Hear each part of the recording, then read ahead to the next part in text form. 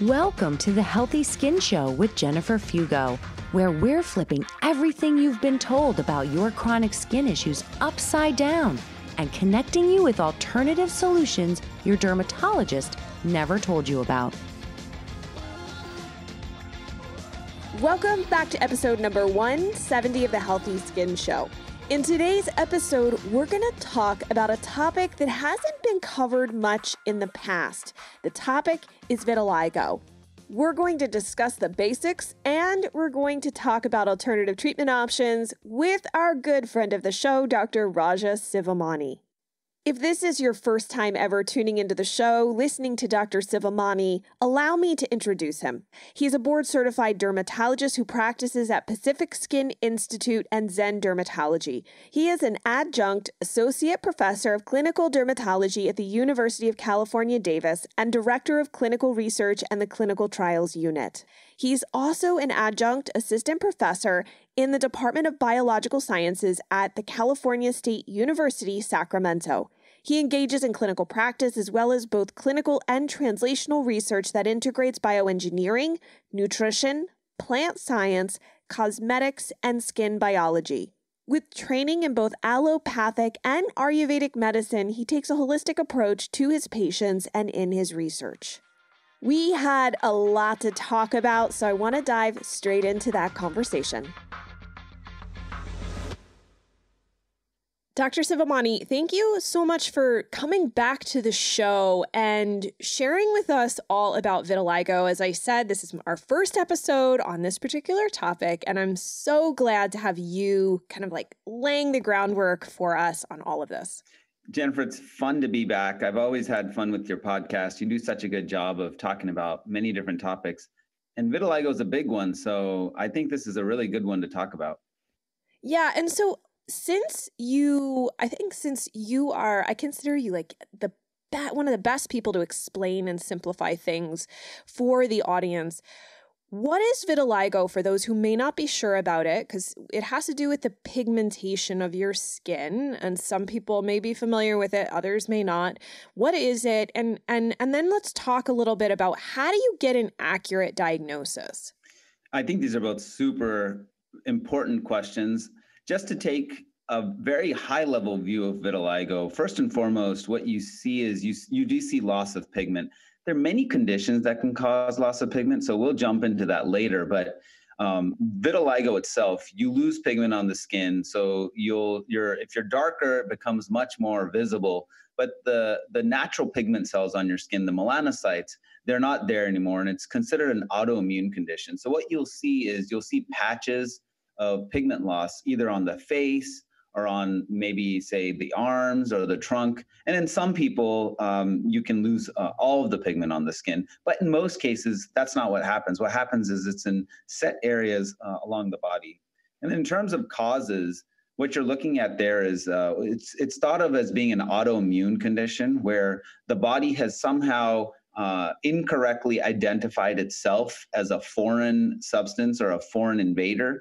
And sometimes this happens, we don't exactly know the reasons for why this happens, but one of them is the thoughts is that if you get sick and you're fighting off, say, whatever comes on board, whether it's a cold or a virus or whatever it is, your body then, based on fighting off that virus, your body, if you're unique enough to have these kind of set of circumstances, the melanocytes, which are the pigment cells, they have a similar sort of a look compared to that virus. It's called molecular mimicry. And then your body accidentally thinks that you are still part of that invasion.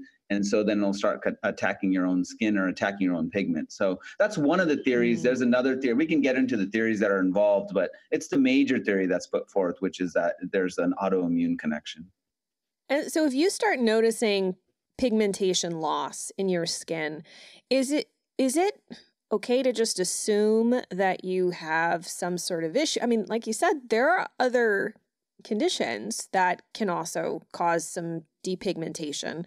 Or is it best, in my opinion, if you have an autoimmune disease, you want to know about it. So do you feel it's best like to go to a dermatologist and what would they do to appropriately identify that vitiligo was the issue going on?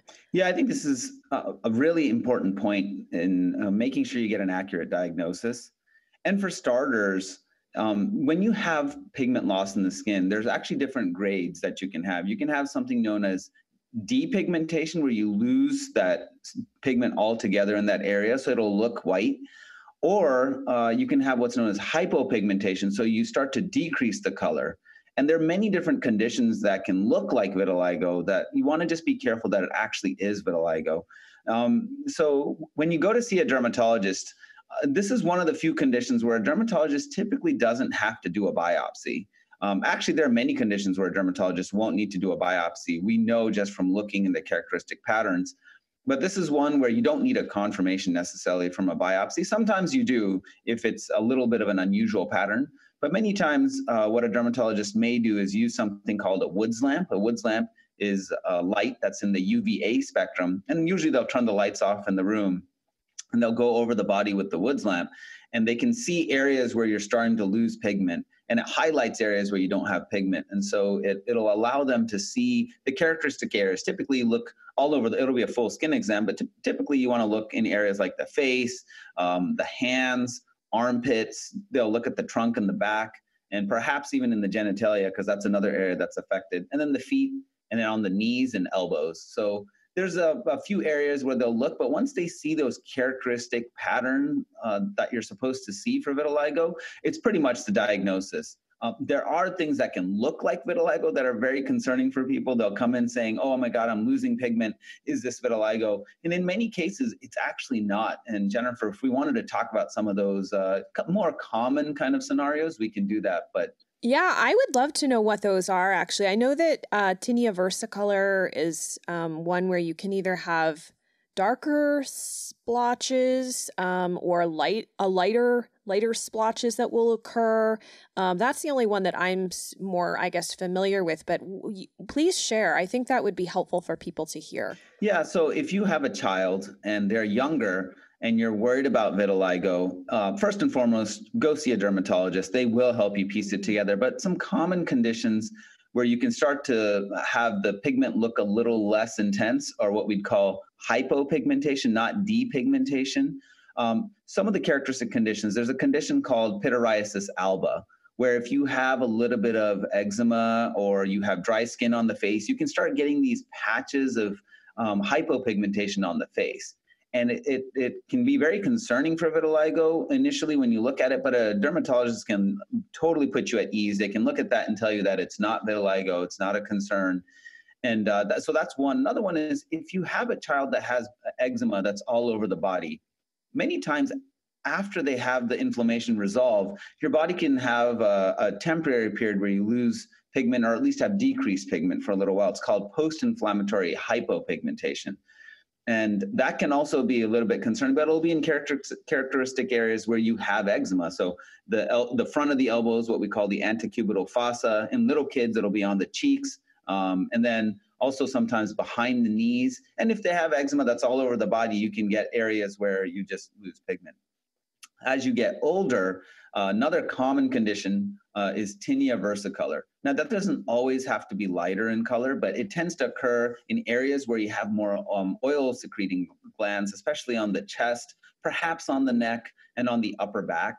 And it'll be a little different than vitiligo because you won't lose the pigment entirely. What'll happen is you'll just have decreased pigment and there'll be scaling to it. But vitiligo, you don't usually have scaling. So, there's these little characteristics that people look for that can really be helpful to differentiate. And then finally, as you get older, there are some other conditions that can come up. If you have really severe inflamed, what we call seborrheic dermatitis on the face, sometimes you can temporarily lose some pigment, and that can make you feel like it's vitiligo. Another common thing, I think this is the last one I really want to talk about because it's one of the more common conditions that we get asked about.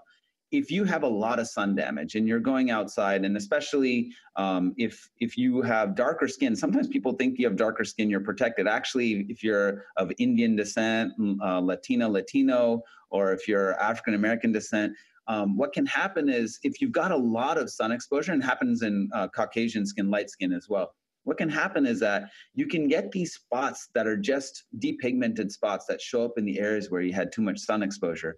And it's called idiopathic guttate hypomelanosis. And what that just refers to is the areas where you got a lot of sun exposure, you're starting to lose pigment in those areas. And it's not like you will lose pigment over the entire arm. For example, if we're talking about the arm, you'll just have speckled what we call macules, which are flat lesions of pigmentation, of loss of pigmentation. And it can kind of look like vitiligo, but when you have the dermatologist look, they'll see the pattern, and it's all related to sun exposure in that case. But it can be concerning for vitiligo.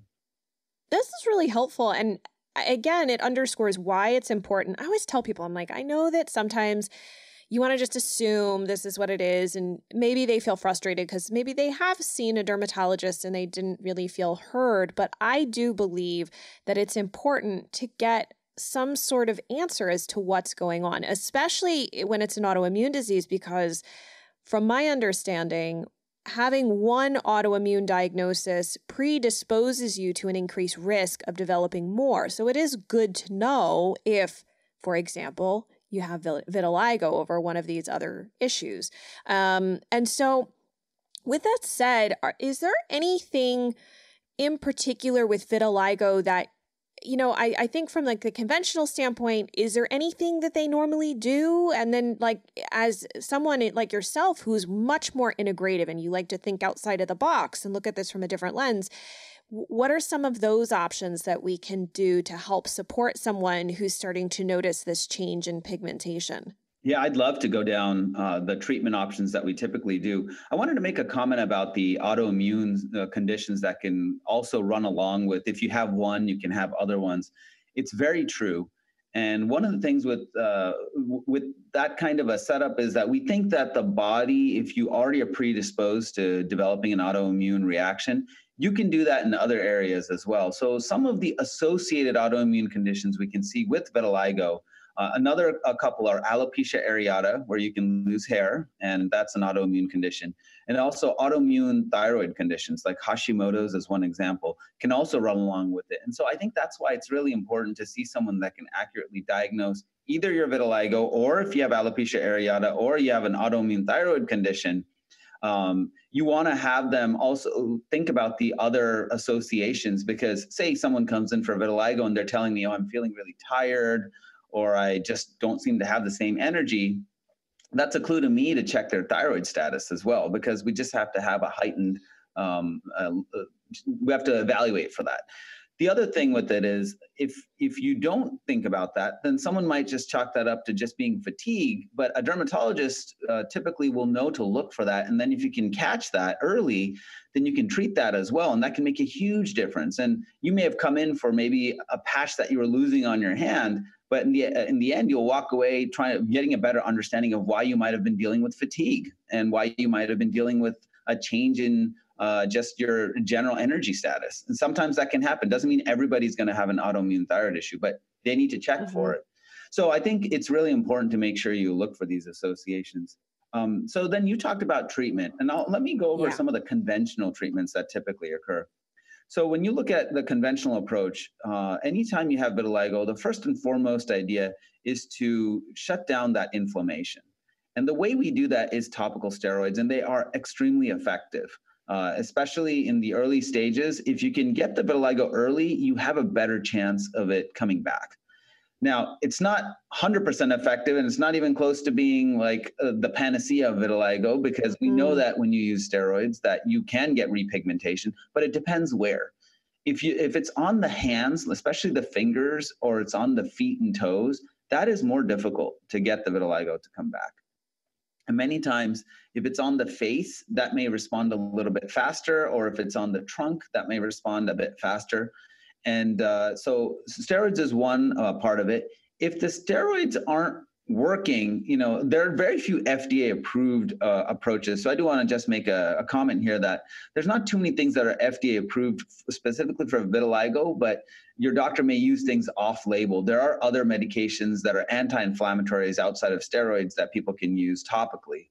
If it's widespread all over the body, There's one treatment that's kind of a bridge between, I think, alternative medicine, or you would say integrative medicine, and then conventional, which is phototherapy. Phototherapy is something that people have known that if you go out in the sunlight and you're very careful about how you expose yourself, because you have to be careful. You don't have pigment anymore, so you can burn more easily, and you have to watch it.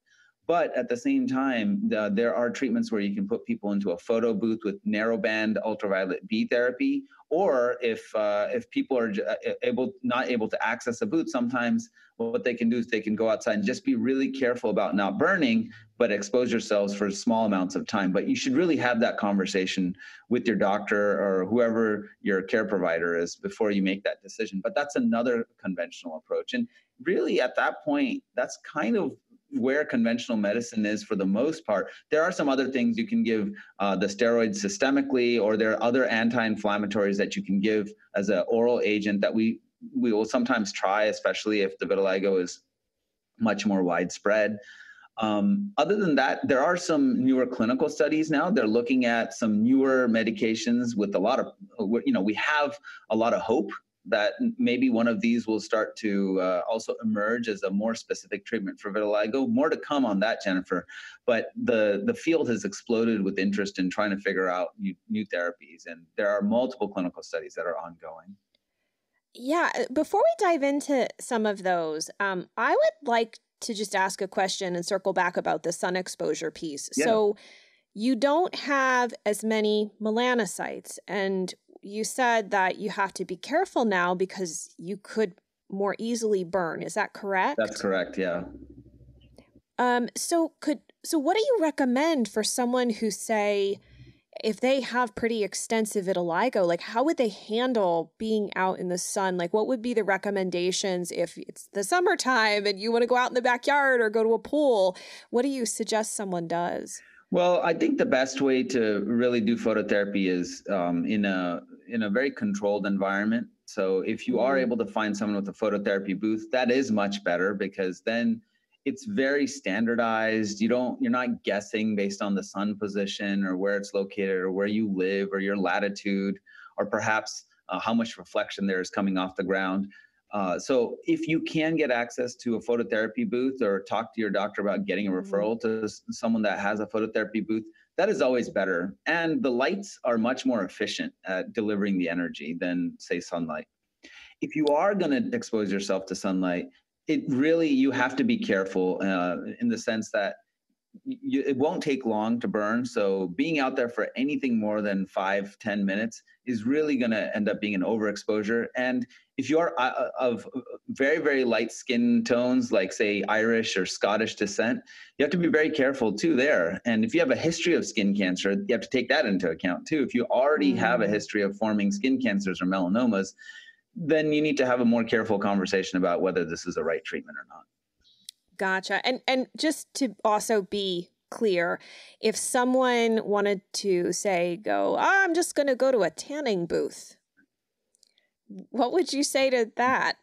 Well, tanning booths are not very standardized, and they're not very regulated in the sense of no one's keeping track of what dose you have, what dose you did before. It's all going to be you keeping track. And also, tanning booths deliver UVA, and it's not UVB. And narrowband UVBs, the light that's been studied a bit more in clinical studies. And it's more standardized.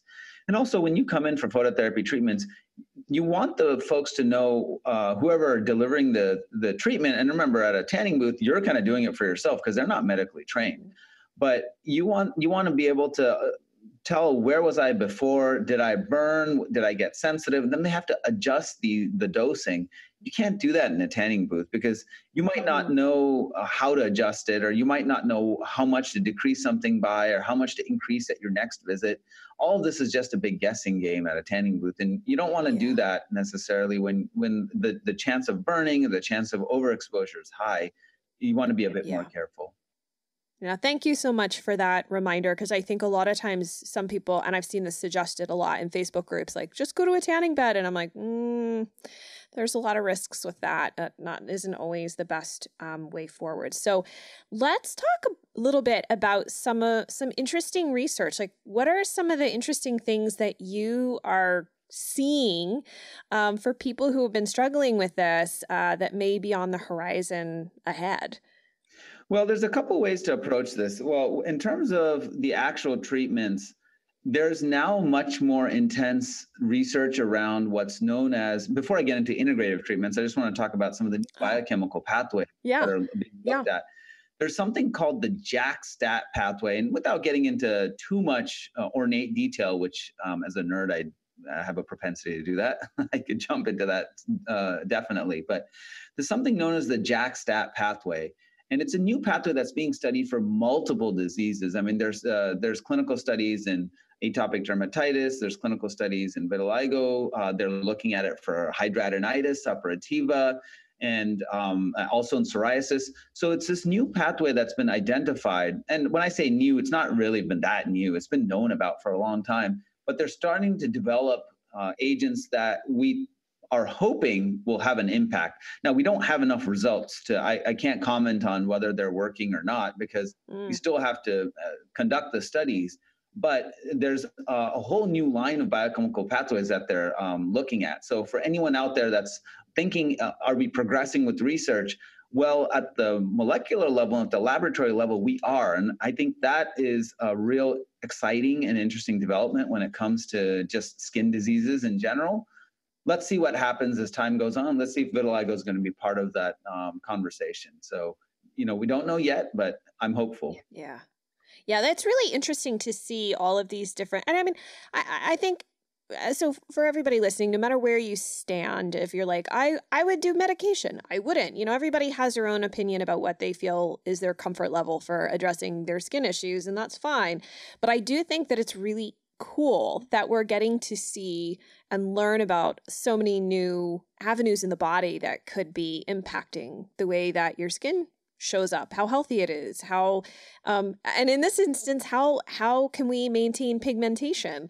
So I apologize. We totally kind of skipped over because I went on that sun tangent, but what are some of the integrative options that you see as far as helping people with vitiligo that you use in your practice?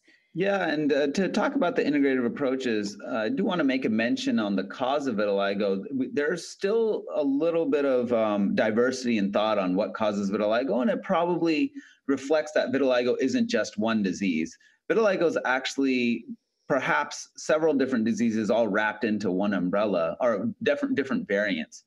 The standard thought is there's an autoimmune component, but there are other thoughts as well that there's too much oxidative stress in the body. And especially if you have what's known as segmental vitiligo, where just one portion of the body is affected along what we'd call a dermatome, say it's on the right arm, or perhaps it's a patch on the right abdomen or on the right leg. There's vitiligo is considered non-segmental or segmental, depending on if it's affecting the body symmetrically, or sometimes it doesn't affect the body symmetrically, it's one side. We think that oxidative stress is a bigger component in people that have segmental vitiligo. Still, oxidative stress in general, we think, is also important. So getting to some of these agents that are being studied for vitiligo, it's not nearly going to be as widely studied as some of these FDA-approved products or these clinical studies that are coming out. So let me just start by saying the studies that look at the integrative approach, or perhaps looking at some sort of botanical or an antioxidant, are much smaller studies. But that being said, some of the ones that seem to be interesting, I'll go over a few of them. Polypodium leucotomus. This is a fern that's the extract from this fern has been used to help reduce your chance of sunburning. It reduces what's known as it boosts your SPF a tiny bit, your natural SPF. It's not a replacement for sunscreen. You still have to use sunscreens if you're going to be outside. But they looked at this for vitiligo, and they found that if you supplement with this, it seems to help in the response of vitiligo for people that are undergoing light therapy, as one example. Wow. So for phototherapy, if you include polypodium, it seems to provide a small little benefit. There's also ginkgo biloba. I think a lot of people know about ginkgo. It's been used in traditional Chinese medicine for many, many years, and also in herbal medicine. It's been there for a long time. That is an antioxidant. And again, if you take it in small doses, they've shown that it can be helpful for people that have vitiligo, and especially if they're undergoing phototherapy. So that's pretty interesting as well. And another one, alpha lipoic acid, it's used in a lot of these formulations, like supplement formulations for vitiligo. We think, again, it's an antioxidant, and somehow that antioxidant is counteracting the oxidative stress that may come with vitiligo. And so when you supplement with that, they've shown that folks on that sometimes will respond better as well. So these are never used in place of a conventional treatment or in place of, say, a topical approach or phototherapy, but they're used in conjunction with. But we've seen that our patients, when we use them, they feel like their pigment comes back, and there are some small studies to show that it can be helpful. But I do have to just say again, the hands and the feet are very hard to repigment, and sometimes the knees and elbows can be resistant too. I appreciate you helping to, and I like to use this term, manage expectations, right? Because how often do you go online and you could find, I'm sure we could find 20 websites that are like, heal your skin in 10 days or less. And it leads people to believe that there are a lot of quick fixes, or that one supplement or one nutrient like alpha lipoic acid is going to solve all the problems, and that's not quite the case. But it is also, I think, equally refreshing to hear that it's possible to see some level of repigmentation, though there are those areas that may be more stubborn. Right, exactly. And I think that's exciting. I should also mention there are some devices now that are newer innovations, especially when it comes to phototherapy. So phototherapy booth, usually you have to expose the entire body, but there are new lasers that are called excimer lasers, or you would say phototherapy lasers, that deliver the same sort of energy that a booth would deliver, which is narrowband ultraviolet B, but you can do it in concentrated areas, because some people come in, they don't have vitiligo all over the body. They just have it on certain areas, like say the face or the eyelids, or maybe it's on the cheek, and you don't really need to expose them to their full body to phototherapy. The laser allows you to really pinpoint, and the advantage of the laser is you can actually increase the energy much more quickly than you would on a full body phototherapy, because now you don't have the quote extra exposure to the rest of the body. You just are really exposing where you need to get that exposure. And what's to be expected when vitiligo starts to come back, I think it's one of the most beautiful patterns that you see in dermatology, is you see the hair follicles starting to repigment. And so what you'll get is this speckled repigmentation within that depigmented patch. And I can tell you that there is nothing more exciting to a patient than to see this speckled pigmentation coming back. I mean, you can just see the excitement in their eyes. Every time I walk into a room, even, I've seen many, many vitiligo patients, I still get that little, can I say it's like a puppy dog excitement as a physician? I do. And I'm like, yes, it's working. You're on the path to getting better. But you have to realize that repigmentation, it's unlike psoriasis or like an inflammatory condition where you can put a treatment on and by like 1 week or 2 weeks, you get a big response. Vitiligo is different. It takes, before you start seeing response, it's going to be about 6 weeks in or 2 months in. So you have to be a bit patient. That is so important. I think with most skin conditions, patience is a part of the process, and it's an important part of the process because, as we have said, nothing usually happens super duper fast for a lot of these things. Hopefully, sometimes if you're really suffering, some of these topical treatments can be really helpful in getting someone out of that sort of like urgent emergency scenario where they're really uncomfortable. But a lot of times to really fully help support someone through something, it can take time, and it's important to know that. So I just want to thank you so much for sharing all of this. This is so great because I think it gives people hope. It helps set up expectations, and it also underscores the reason why having an integrated approach to this, and even maybe a team approach instead of saying, oh, I'm just on my own with this, could really be helpful in this particular case, especially given the way that, as you were saying, dermatologists are starting to address and see vitiligo show up. It's like, hey, there's probably some other pieces to this, not just autoimmunity in and of itself. First of all, I want to make sure that everyone knows where they can find you. So first of all, you are the co-host of the Learn Skin podcast, which is excellent and amazing. It's a great resource for practitioners, physicians, anybody in that, right? This is like, you guys have you and Dr. Hadar have this like amazing podcast together that helps educate professionals. I think that's a really great option. And then also to the learnskin.com platform, which there is some education there on vitiligo, correct? Yes, there is. And thanks for mentioning the podcast. Really appreciate it. Yeah, we have a lot of fun with the podcast. We try to bring in a variety of perspectives. So you'll see things from naturopathic medicine to conventional to Ayurvedic medicine we had one on hypnotherapy. So there's just a lot of different approaches that are out there, which are also being studied. And we like to highlight that as much as we can. And then in terms of the Learn Skin platform itself, we do. So the Learn Skin platform is meant for professional education. So anybody that wants to get more in-depth education that's from an integrative perspective. We do have some articles on things like light-based therapy or natural treatments, or what is the role of the microbiome and what are the causes, the autoimmune causes, or how does vitiligo differ from one type to the next. So you can come check it out. And a lot of it may actually end up being free because we don't put everything isn't necessarily under what we call continuing medical review or medical education. You can come and access a lot of these articles. Just go in there and put in Learn Skin and vitiligo in Google, and you'll find a few of these articles, which I think you can start learning right away. Yeah, and this is available, because I checked everyone, for no matter where you live in the world. So don't feel like you have to just be in the U.S. Dr. Sivamani told me, yes, this is available to anybody, because I know that people listen all over the world. And so that's great that we can share this information and really help other people, right? That's what this is all about. And like I said, the Learn Skin podcast is also an amazing resource as well. So I just want to thank you so much for coming back on the show. I really, really appreciate it. And I hope we can have you back again sometime.